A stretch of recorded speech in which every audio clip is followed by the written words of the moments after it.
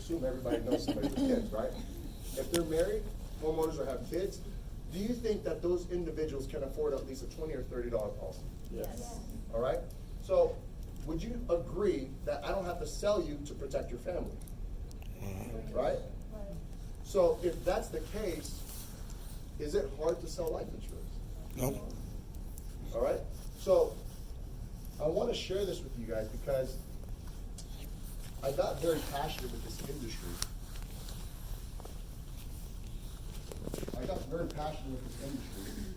And one thing is, I saw the opportunity to make a six-figure income here. My topic here today is to show you guys how to become a prolific producer or field trainer, certified field trainer.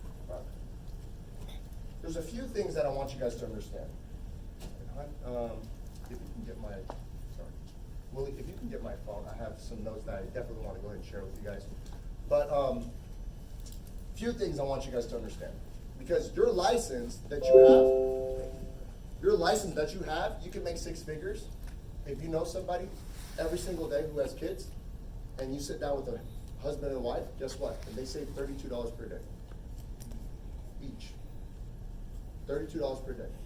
And if you do that at a 50% contract level, 5 days a week, that's $64 in premium per day, you're making 90 grand a year. That's not including bonuses. Does that make sense? Would you agree that you guys can figure out how to talk to somebody?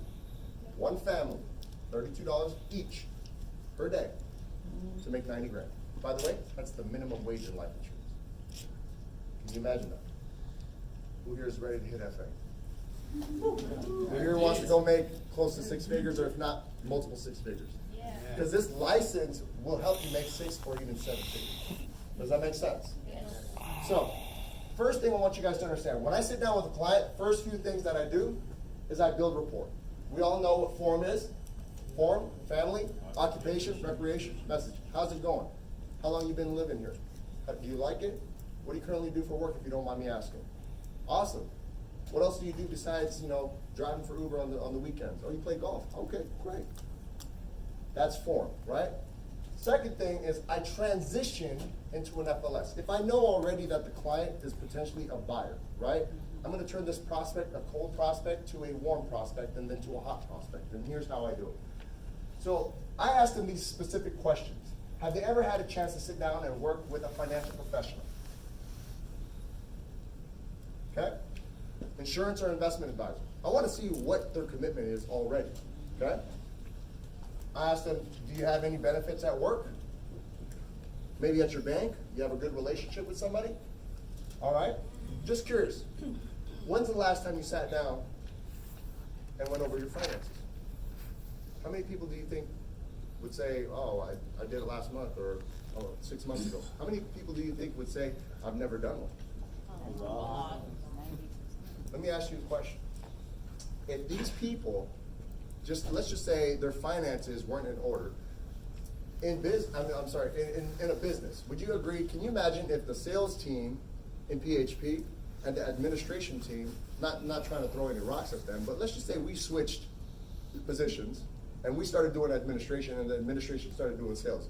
Do you think the company would operate efficiently? No. So if people don't have insurance structured and their investment structured and their savings structured, what makes you think that their finances are going to be okay? Does that make sense? So in this case, after I share that information with them, I share with them concepts and strategies. I'm not here to sell you. I'm here to provide value. That's it. And if I provide value here today, all I ask is, who do you know that can benefit from our products and services? Fair enough? Awesome. So after that, I gather data. Sales professionals don't say the right things. They say the right questions. Keep that in mind, right? I've been in the car industry, and people were like, oh yeah, you gotta get this car, I can see you. But this person has 5 kids, can't afford them inside a Prius, right?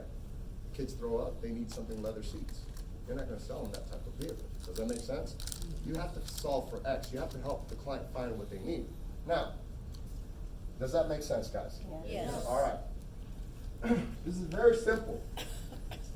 if you can see here, my concepts and strategies, I'm going to use a 34-year-old female, for example, single parent, 2 kids, she drives for Uber, full-time, all right? Let's just say she's making about $3,000 a month. Now, this is what I call my eggshell presentation. 100% of people's income, would you agree that most people here today, they don't have a cash flow, a savings problem, they have a cash flow problem. Would you agree? Yes. So let me show you how I break it down and be very logical. 100% of people's income usually goes into 100% of their lifestyle. What do you call that? Living Above your means. right? All right. So in that case, my job is to get them to get into the habit of doing something. Now, how do I do that? Do you want your next 6 months to look like your last 6 months? No? So then what are we going to do about it?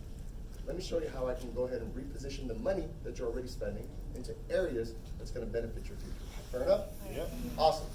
So let's just say the rule of thumb is 10%.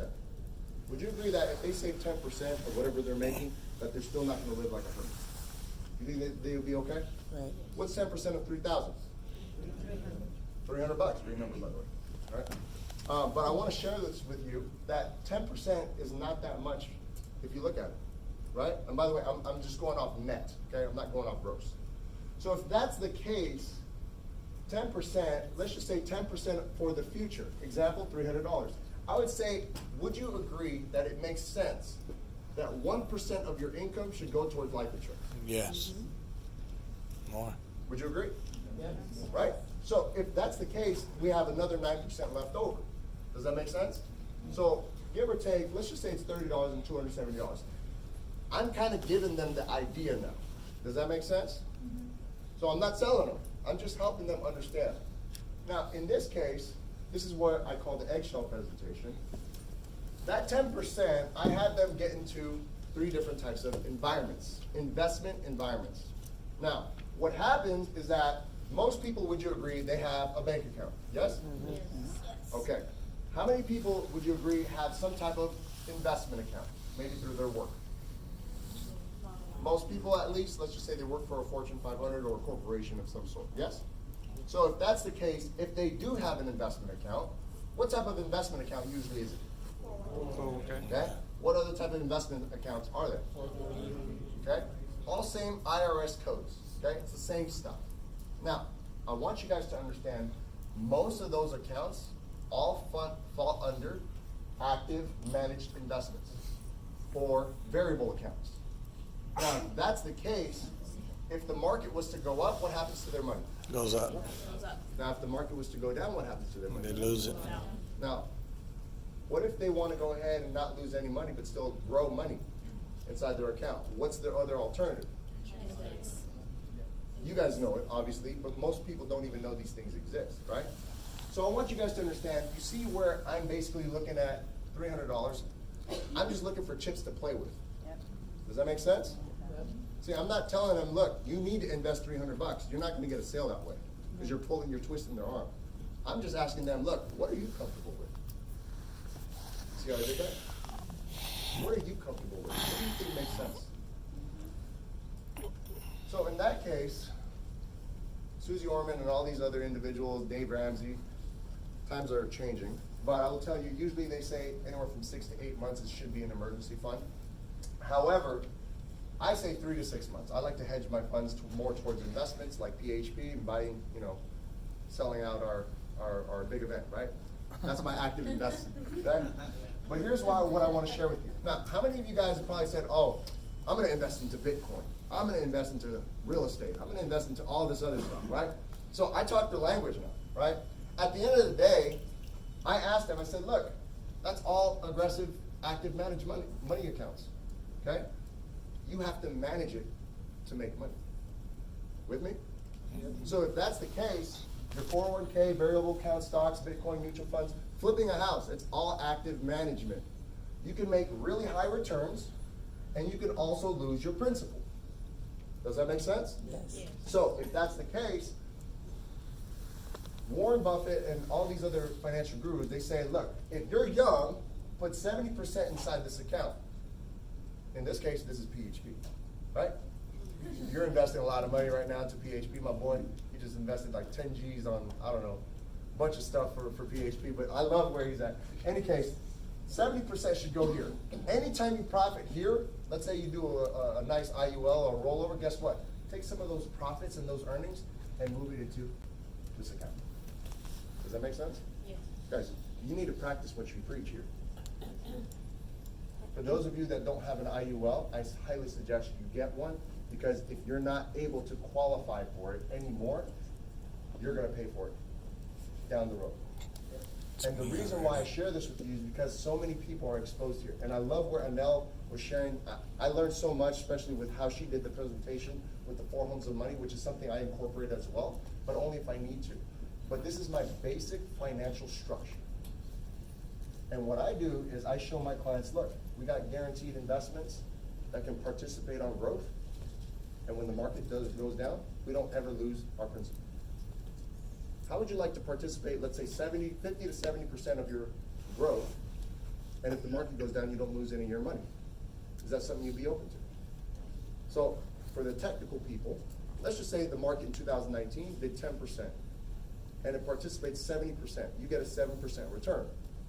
If the market went down minus 10%, you don't lose any money. Still with me?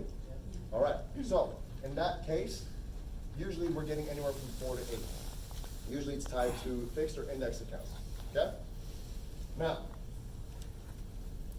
before I go into that, would you agree, it doesn't matter what kind of return you get here, that if something were to happen, let's just say this Uber driver gets into an accident, and they can't do 2 out of the 6 daily activities, what happens to the $3,000 in income that's coming in? None. Stops, right? So let me ask you something. If it stops, and we got this in place, where are they gonna pull the money out for rent or mortgage? Probably from the bank account first, or right here or right there. Doesn't matter, they're gonna deplete something, right? So do you think it makes sense, as you lock in your wealth every single year, that you should protect it? Yes. So, if you didn't have a financial professional like an insurance professional or agent, in the event something were to happen, remember that 1% that we were talking about? Let's just say this 34-year-old gets a $500,000 policy for $30. Would you agree that if this client, let's say she passed away on that accident, prematurely, not expected, family's gonna be okay financially? Yes? Now, let's just say she doesn't pass away, but she has chronic illness. This is where James, don't look here yet. All right? I'm gonna change this later.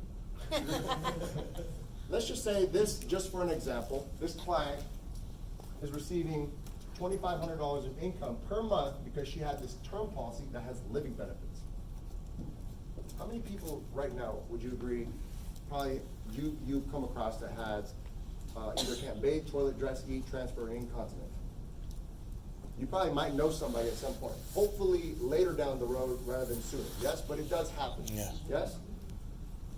This right here provides that security, both living and death situation. What's the cost? $30. $30 a month.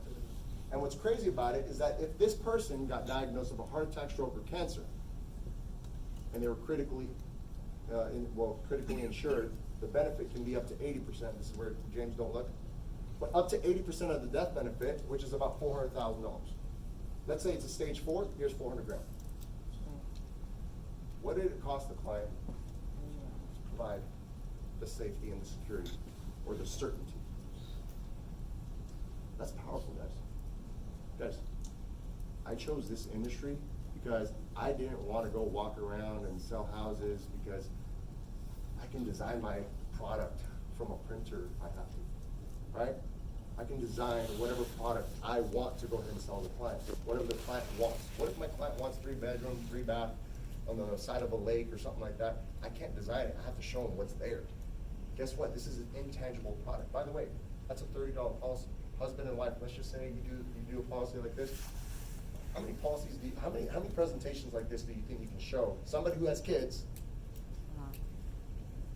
and share this information, whether they buy it or not?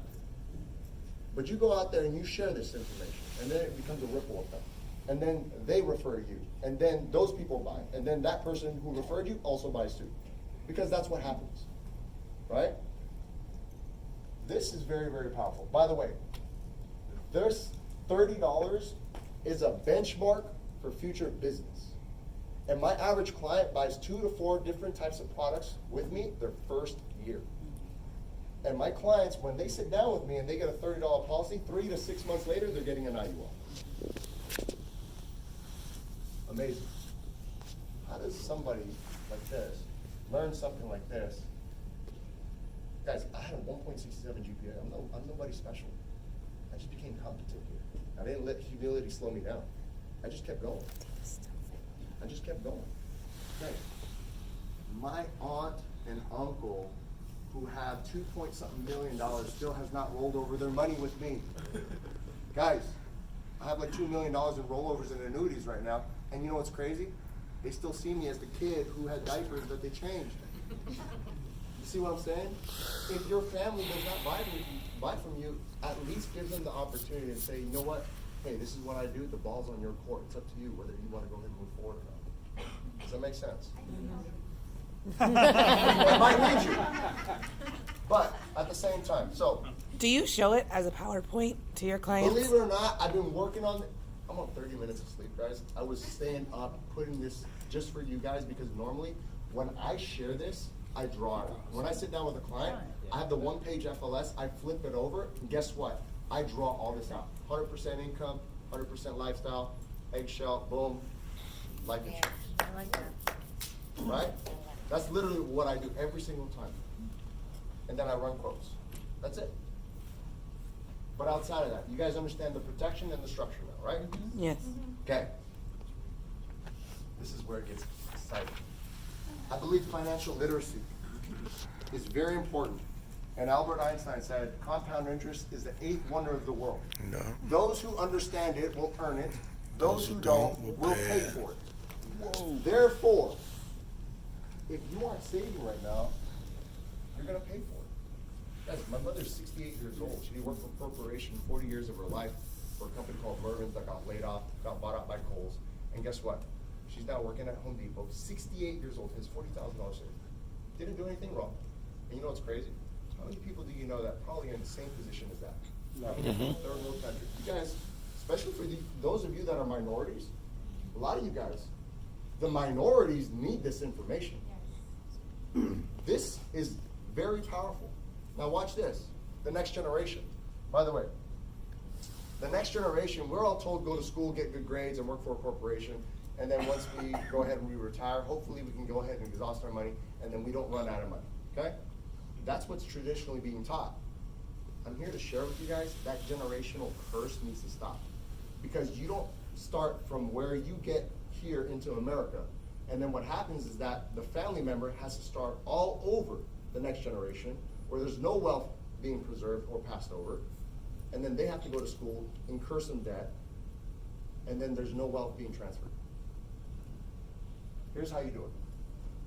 You guys ready? Yep. In your 20s and your 30s. We're all here trying to figure out life, trying to figure out what we're supposed to do, right? Maybe it's PHP, maybe we're going to do this, maybe we're going to do that. Look, I'm telling you guys, don't miss this opportunity to get equity. But I'll tell you, in your 20s and your 30s, you're going to go ahead, you're going to start working for a corporation or some company, or you're going to go ahead and go full-time here. Watch this. Let's just say you're saving 100, 200, 300 bucks per month. That $3 grand, 10%, that's 300 bucks. What's crazy is that, let's just say you start in your 20s, you save over 30 or 40 years. And you save for retirement, which is 10%. Would you agree that saving 10% is not that much money? No. Right? I mean, some of us go to church, we provide for whoever you pray to at least 10%, right? But I want you guys to understand that as you're saving